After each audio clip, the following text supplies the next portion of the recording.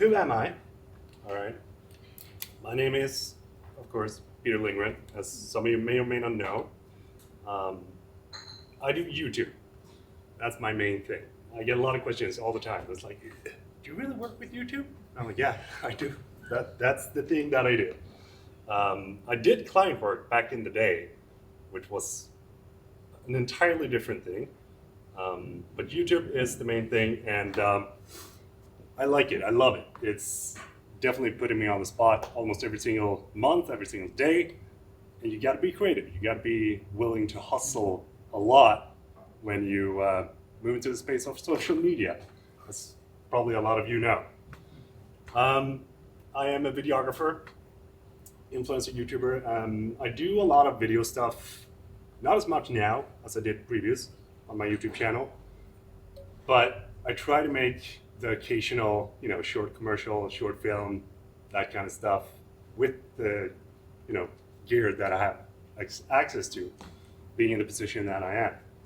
And some of the brands that I've been working with is Sony, DJI, Artlist, Motion VFX, Nanlite, Ubiquity. There's multi-billion-dollar brands, which is wild because I come from I didn't finish high school. I was like a drop off, didn't have anything. That was kind of fun. But to find the motivation, one thing that I think is very important is to have some sort of hype song. Have you heard about that? Some of you might have, it differs. At one point you have there's this weird song that's on TV that hypes you up. Then you find another song. So my hype song is this. Do you want to know why? Anything I say right now sounds so much better. Yeah? You got this, Peter. This is your time. Standing in front of people, talking about YouTube, your journey. Do you hear how good this sounds? So imagine when you're standing at home, you're about to do the dishes, 5 minutes. You got this, Peter. This is your time. Time to shine now. You gotta do the dishes, you gotta put on some coffee. We gotta do this. We're gonna do it fast. We're gonna do it better than anyone has ever done dishes before. You hear how good that sounds, right? And if I were to just switch it up, it's like, Peter, you're gonna do the dishes? Come on. It's a totally different thing. So whenever I feel a lack of motivation, that is the kind of music that I go to, as of right now. But I mean, it can be heavy metal. It can be the most calm song in the world, Ed Sheeran, whatever it might be. It's something that hypes you up. And listening to that, talking to yourself every day, is something I've been doing for a long time because I was doing bodybuilding, right? Who would have guessed? So let's go back to the year, 2014, that I call the bodybuilding era. Here you go, Mr. Bodybuilder, 2014. 105 kilos, ripped to the bone. I was doing a contest prep. I've always looked up to Arnold Schwarzenegger. He's Terminator 2, that's it. And then I was like, yeah, I want to look like that one day. Started out when I was 15 years old. I was doing this for 14 years, but I wanted to become big, right? So I became bigger, and okay, yeah. So I wanted to create my own apparel brand when I was doing this because, you move into a passion and then you want to create something within that, right? So within the field that you're good at. And if you want to do something within bodybuilding, it has to sound cool, Extreme genetics was it. So I actually sat down and I designed this on my own in Illustrator. I had no idea how to use Illustrator at that time. So I was like, how do I design a logo? Okay, YouTube. It's start Googling, start fiddling around, start trying. But when you start an apparel brand, there's a lot of things going on, right? And I didn't have any in a place to take product photos. And I didn't even know how to take product photos. So what I did was that I started building a studio. My current studio, which is kind of sick. We're gonna come back to this, but as you can see here, this is space that I built to be able to have somewhere where I could take my own product photos for my apparel brand. And I invested a lot of money into this. Let's just say that. Not saying that it was a smart move, but I went online. I tried to find the factories. I tried to learn how do you even create a T-shirt, huh? It's harder than you might think. It's like it looks easy, but then when you get down to it, you're like, okay, what kind of material? What kind of seams? All of that. And one of the things that I did was that I ordered from Turkey, right? Is Turkey in the European Union? No. So we got something that is called import taxes. And running a business, 2014. Okay, 10,000. I got it. This is fine. And then the import taxes comes. I was like, shit, that's like 5,000 more that I don't have. And then you have regular taxes as well when you sell stuff, right? Yeah, I didn't account for that. So I was like, shit. So how do you get from this to camera? Well, I had a friend that I asked, like, hey, I'm gonna take some product photos for my apparel brand. Could you like lend me your camera? And he's like, yeah, take it. It's like you can borrow it for indefinite time. Nikon. It's a love-hate relationship with that.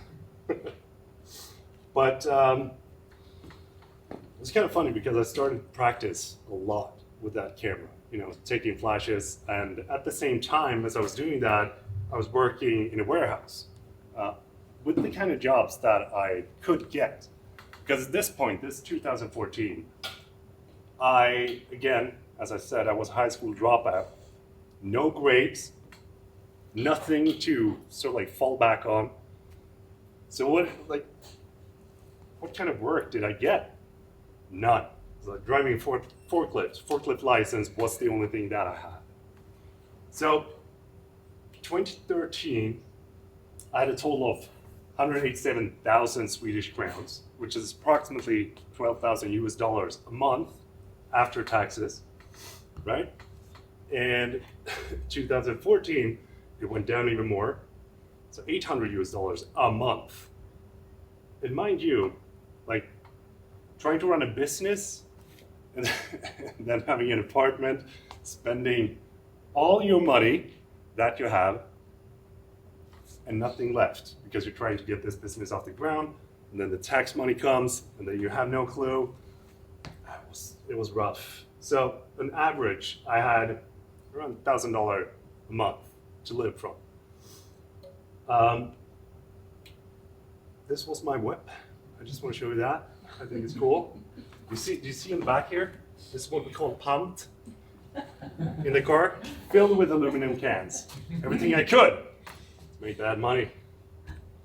And I want to give an honorable mention to the previous version that I had as well. So I drove these cars for a total of, I think, 6 years. This was like, this was what I could afford to drive around in. And it was kind of fun. People always ask me when I would, look at that dude, getting out of that car. I was like, do you fit in that car? Holy shit, like you could lift it. I'm like, yeah. Threw it on my shoulder. But eventually, I was working these warehouse jobs back and forth, on and off, and I was lucky enough to find a part-time job at DHL Express, which was sort of like a turning point, I guess you can say, because throughout those 4 years that I was struggling financially, I thought to myself, like, I got to do something different. All the jobs that I've had, I've just been seeing them as, I go there, I make my money, I go home, try to focus on my stuff. But when I started on DHL, I tried to shift my, direction and So like, no, I want to prove myself that I'm better than just this part-time job. I want to be full-time employed, right? So I was working there and got a full-time, what is it, like vacancy? Vikariat, I think. Was working on airside supervision, and then I went from unloading the boxes to the conveyor belt, trying to figure out a way to streamline the entire process. Taking what I could into account, pulling in the ULDs. Those were big, like big, tons. And I was like, before, I think it was 9 a.m. in the morning, I've walked 15,000 steps. It's like, it's cardio, perfect. So I was working there and got a steady income and was practicing photography on the side, basically. But what happened then? Well, photography got boring. I mean, I practiced, took some studio photos, had some friends, looked great, had my Extreme Genes shirts, could just throw them in a couple of shirts, like, hey, can you model? I can do some practice. You can join in here, get some free clothes. They were like, yeah, sure. It was super fun. I tried flash photography, all the different kinds of photography, went outside. And of course, I watched YouTube a lot, like a lot. Whenever I got to DHL, I was like sitting there, grabbing a cup of coffee. Mind you, this is like 3:30 a.m. every single morning. Peter McKinnon, Casey Neistat. I was like, oh, okay. That was it. That was my morning routine for a very long time. But watching those two creators, especially, I would say, made me lean into video. Like, I wanted to create video. I remember watching Casey, and I was like, yeah, I can do that. Simple, And I bought another Nikon that wasn't made for video either. So, like, I guess you learn. Nobody can take video on a potato. Sorry. But then this camera came into mind, A6300. And the fun thing here is that I remember when I bought this camera and I thought that this is going to change everything. Like this is going to make me good. Have you ever had that feeling? Like this, I'm gonna be so good if I just have this. Right, so I got that camera, 120 FPS, full HD, like sick. So developing as a videographer, I guess it didn't make me better, But 2018, or then of 2017 actually, I said bye-bye to bodybuilding. That was like, what do I get out of this? How do I feel about this? Like, what is the end game here? I was 130 kilos, big, and I was working out every single day. I was eating like strict, but I didn't feel that it was giving me anything else. I didn't want to compete, so there was no other goal for me in the niche of bodybuilding. So I thought, well, becoming a videographer. Like, I'm gonna practice. I'm gonna get better at this. I've already practiced on the photography side, so I knew like the exposure triangle, And it takes time. I should just say that. It doesn't matter what you move into, because practice is what it's come down to. So I invested a lot of time into making videos, and this is actually one of my first commercials that I did together with a friend. I think that this is an A6300 right here, putting into use. See that? Sick slow-mo, heartbeat. Wow, look at this shot. Oof. Here comes the high. Yeah, now, do you feel the motivation? Oh, come on! You got this. Lift the tire. Come on. kind of a point that not everything is better in slow mo, right? Oh. Oof. See this dude? He's ready. Take a look at this shot in particular. Wow. The framing. Who centers the butt? I'm like, dead focus on your butt right here. Yeah, looks good. No, but it was kind of funny. So I practiced a lot with the A6300, but since I didn't really have that much money, I bought a A7R II instead because I had heard that full frame that's the way to go. Shouldn't use APS-C. Full frame. So I took credit on this. I bought the A7R II. Not a smart move. Do not buy on credit. I do not recommend. But sometimes, you know, you gotta do what you gotta do. And the camera was great. There's nothing wrong with the camera, but it wasn't video oriented. And it's like, again, we learn from the mistakes, right? Or so I thought. Because I took another credit and bought the A7 III because I couldn't sell my A7R too. So I was like, shit, I need to have a camera that can do better than this. I need a full frame camera that can do 120 FPS. This camera, A7 III. But the cool thing with the A7 III is that it actually motivated me to become more creative. So the A7 III is sort of like the staple of my YouTube career, I guess you can say. And making YouTube my job has been wild ride, right? So you have the bodybuilding era, you have the extreme genetics, apparel stuff and all that, which is sort of like leading up to where I am today. But making YouTube your job, that's an entirely different thing. And it's easy to think that, you know, everything just worked out from that point. I purchased A7 III and that's it. Like, Peter, you're a YouTuber now. Well, this is the humble beginning of my YouTube channel. We have my kitchen table here, nice. And the fun part is, so like my living room, oh, this is the living room and kitchen, and then the bedroom is over there. We're still living in this apartment. But whenever I wanted to record a video, like I told my fiance, you gotta go in the bedroom. You are not going to listen to me speak English, okay? And she was like, why? And I was like, no. But we watch many people's success today, and we think that that is what it's always been. You know, we see someone that is successful or that's going well for it, and then we think that, well, nice. That's like, he's always been doing that, or he has been handed that. You know, in some sort of way or form, our mind is sort of like thinking that when we see someone that's going well for it. But that's not the case. And I mean, like, I was practicing a lot. I was doing whatever kind of videos that I could. I was practicing.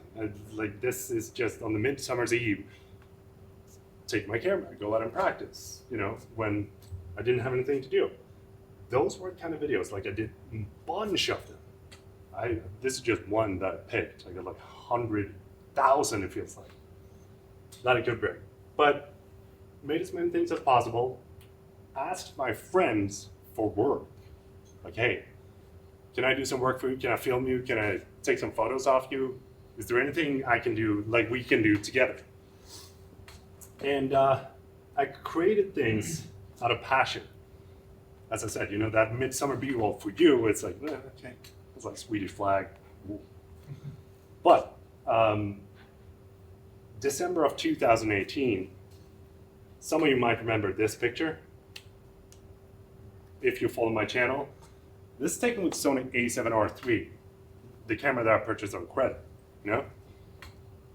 And the fun thing with this picture is that this is December of 2018, right?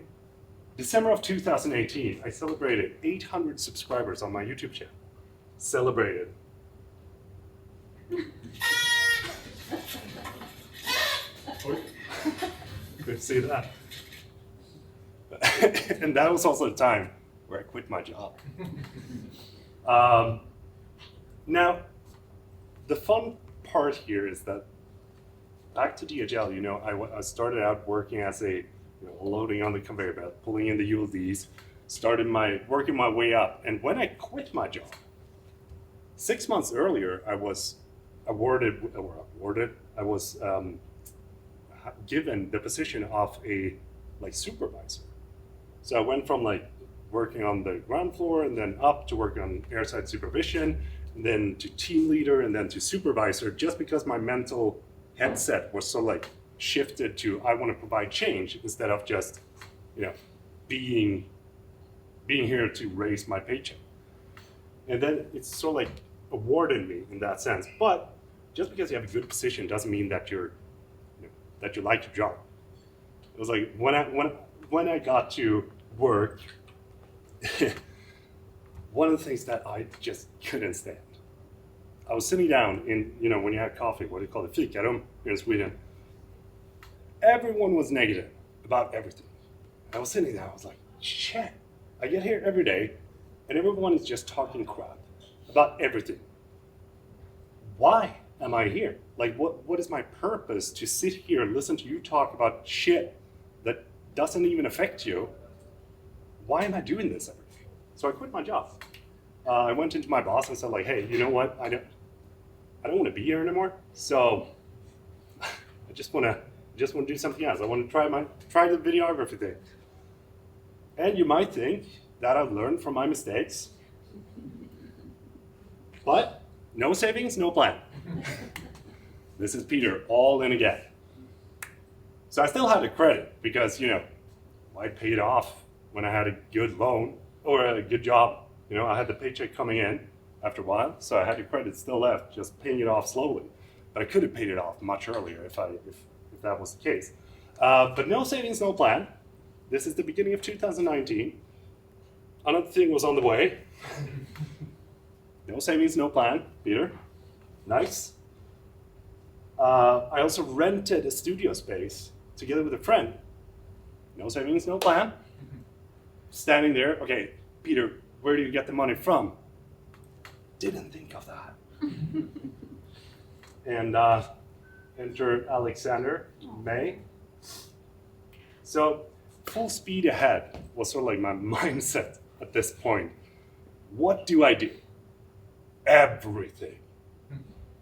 That was it. So the fun thing with this picture is that I reached out to Focus Nordic, who's actually here with Nanlight, and this is 2019.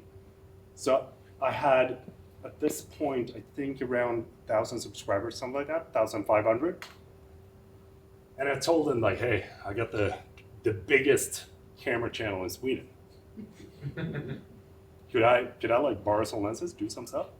And they're like, well, do you have any videos? And I'm like, yeah. Sent them a couple of videos. And they actually sent me some lenses. And I was like, holy shit, it actually worked. What do I do? And trying this. So I went out. I shot every single video that I possibly could. Anything I could imagine, I created. Can I make a video on this? Yes. Do that now. Execute, execute, execute. Because if you just think about it, you're not going to do it. You're just going to start thinking, and then it's can I do this? Yes, you can. Is it hard? Yes, it's kind of hard. It's yeah, but you can do it this way. Oh, perfect. Now, that's going to require more stuff. Yeah, you know what? I'm just going to hold off on it. It becomes like that. The longer you pull off, if you don't clean at home, that's a perfect example, right? So it's it's a little bit of junk. I'm going to leave it for tomorrow. And then tomorrow, there's a little bit more junk. And then in a week, you're going to be holy shit, should have cleaned a while back, right? Or is it just me? No. Okay. But what I did was trying to find my style with the thumbnails, with the videos. I've always, enjoyed making the thumbnails since day one for my YouTube channels. And thumbnails is the way that we drive clicks, engagement, and find the people that want to watch our videos. And I try to compare it to, when you walk into a store and you have a bunch of different products, that's your thumbnail. How good does your product look amongst all the different ones? Because you're probably going to go for the one that looks the best. You're not going to go for the one that has the worst packaging ever. I mean, like you have a taped cardboard box that's like opened. I'm like, oh, I'm not gonna buy that. It's nothing wrong with it, but it's all about the presentation of the product, in my opinion. So I think that YouTube is safe. So in August of 2019, this is like hard hustling the entire year of 2019. 9,902 subscribers. And first contact. I remember getting that email from Sony. It was like, hey Peter, we love your stuff. We would like to invite you to Denmark. And I'm like, wait, what? It's like, is this even real or is this fake? And then I was like, I doubled. I was like, yeah, we're gonna fly you down and you're gonna come out. You're gonna try out the A6600, I think it is. I'm like, holy shit, what is going on? And I remember I told my fiance, who was staying at home with Alexander, and it was chaos at home. Like, we didn't have any money. I was hustling hard on YouTube, and I was like, hey, I'm gonna be away for 3 days. Is that fine? And she's like, no. And I was like, it's Sony, do you understand? It's like, they're big. And eventually she let me go. And ever since that day, I've had a fantastic relationship. Thank you, Lynette, for having me that day. And it's been a wild ride ever since that day. But, you know, that's what like poured some gasoline on the fire. You know, you got home and then met up with James Matthews, a couple of other creators, and you're like, shit, this might actually be something that can work. You know, I didn't make money from YouTube in that sense because I still made client gigs at this time. But fast forward a little bit. So we're at the end of 2019. And my friend, you remember the slide I had previously, like December of 2018? Now we're in November of 2019. I told him, what if we do that, but in video? And he's like, really? Like that again? I'm like, yeah, I haven't seen it. So like, I'm gonna go out, I'm gonna buy all the props that we need, and we're gonna make this video. Some of you have seen it, some of you probably haven't.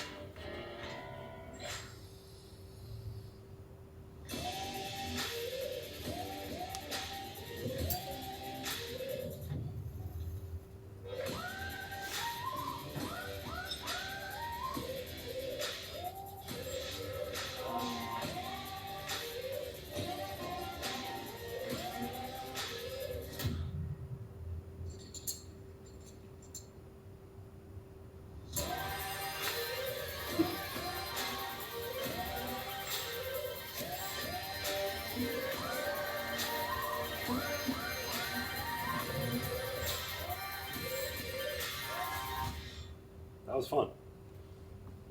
Kind of cool with that video was that it went viral like instantly, which was sick because I haven't experienced anything like that ever since. So I posted that video, and the evening before I showed it to a friend, and I'm like, hey, I just recorded this yesterday, and he's like, yeah, okay, yeah, it's pretty good. Do you think I should post it like this? And, yeah, do. Okay. And then the day after, it's like, boom.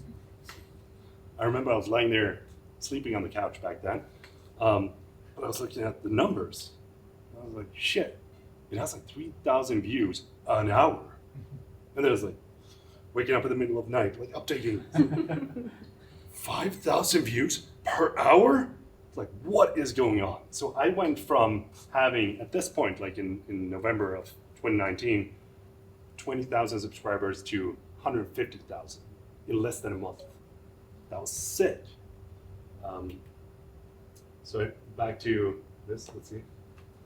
So I made more videos similar to it, you know, because you know what I'll say, like double down. If something works, double down, do more. So this was the office B-roll, I call this.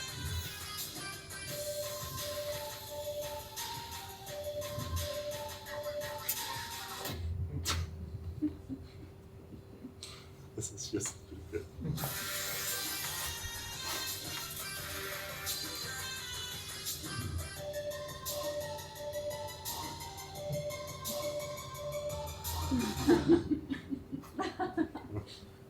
it's still like having a little bit of a fun story in between makes it a little bit different.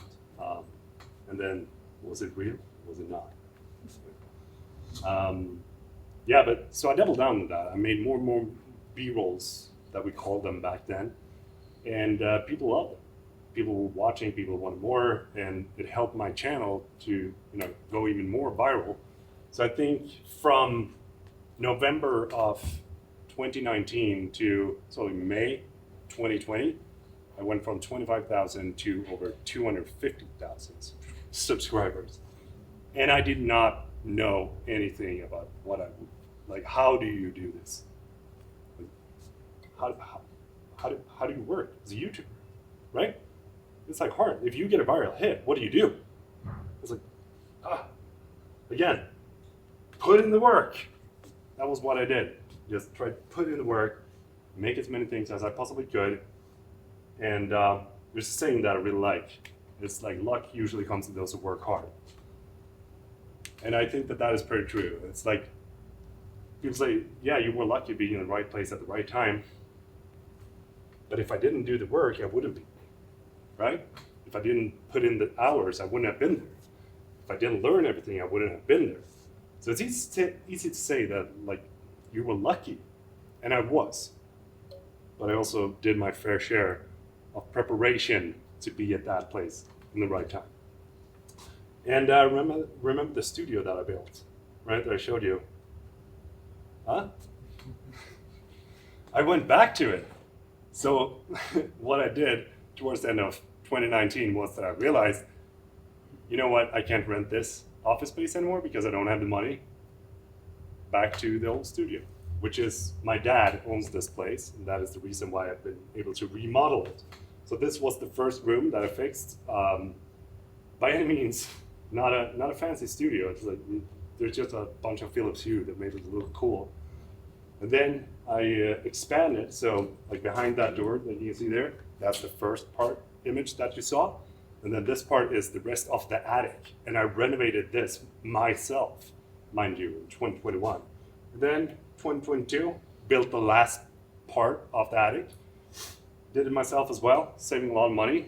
But the cool thing is that one of the persons that I've been looking up to, that I've been watching, I met up with, to hang out with. And we had a great time, but we're still talking and meeting up. But it was kind of a surreal feeling when, scrolling back to the DHL days, 3:30 a.m., sitting there watching his videos, having a cup of coffee, like, shit. To go to this, that was sick. And it's something I think is very cool with YouTube. It's something that is, he doesn't know how big of an impact he had on me, and so on and so forth, and it just goes all the ways. But then again, 2022 came around, and I got a blood clot. 2022. And it was kind of funny because I was working very hard, and I was in the studio the day before this, taking photos together with a friend, and I had this pain in my arm, right? So I was like, yeah, it's nothing, I'm a man, That's how we all do. And then I went to the ER and asked, like, hey, is there something wrong here? I think it's like just a muscle tear. And they were like, yeah, it's just a muscle tear. You're a big dude. It's nothing. Went home, and then I went to a different ER. I was like, in comes the doctor, and he's like, how long have you been working with that? I don't know, 5 days. And he's like, oh, okay. So you got to go up to the emergency room at a different hospital. We're like, right now. Went there, and in I go, and they're like, well, you'd be dead if you didn't come in today. Tomorrow you wouldn't be here. So I had like blood clot that was spread to my lungs, right? So I think it's called like pulmonary something. But it spread to your lungs, and then it sort of clots up slowly so that you can't breathe. So I went in, I got some heavy, how do you say, blood thinners, yes. And I was working when I was in the hospital. I was sitting there trying to figure things out. Fast forward 2 years, now I'm building a house. The business is going better than ever. And this is the beginning of the new studio space. It's gonna be there pretty soon, which is gonna be sick. So if you're not subscribed to the channel yet, now might be the time. No, but it's been a wild ride, and I think that the more you put in the work and the more you really want something and believe in it, I think that there's nothing that's going to stop you. There's so many opportunities that comes our way that we don't know. Like how, for example, if I didn't start with the clothes back in 2014, would I have ever picked up a camera? Would I have ever gotten the invite to join Sony in Copenhagen? Would I ever be standing here if I didn't do that? If I didn't ask my friend, like, hey, can we do that in video? Would I ever get in the viral hit? So it's easy to think that, all the things that I've done that is successful, I've been planned out. Those are, Peter got this. And whenever I make a YouTube video, I'm shooting from the hip. This looks cool. Let's make a video from that. Does it work? I don't know. I think like the uniqueness is that, like everyone that's sitting here is creators. Like you're creating from your own head, like your own vision, and it differs from mine. Like you have your unique perspective on the world. I think that's one of the coolest things. And if you're looking into becoming a YouTuber, or you want to start a YouTube channel, or you want to take off or whatever it might be, it's all about creating the stuff that you think will be cool for someone else to see. So thank you. I appreciate you being here listening.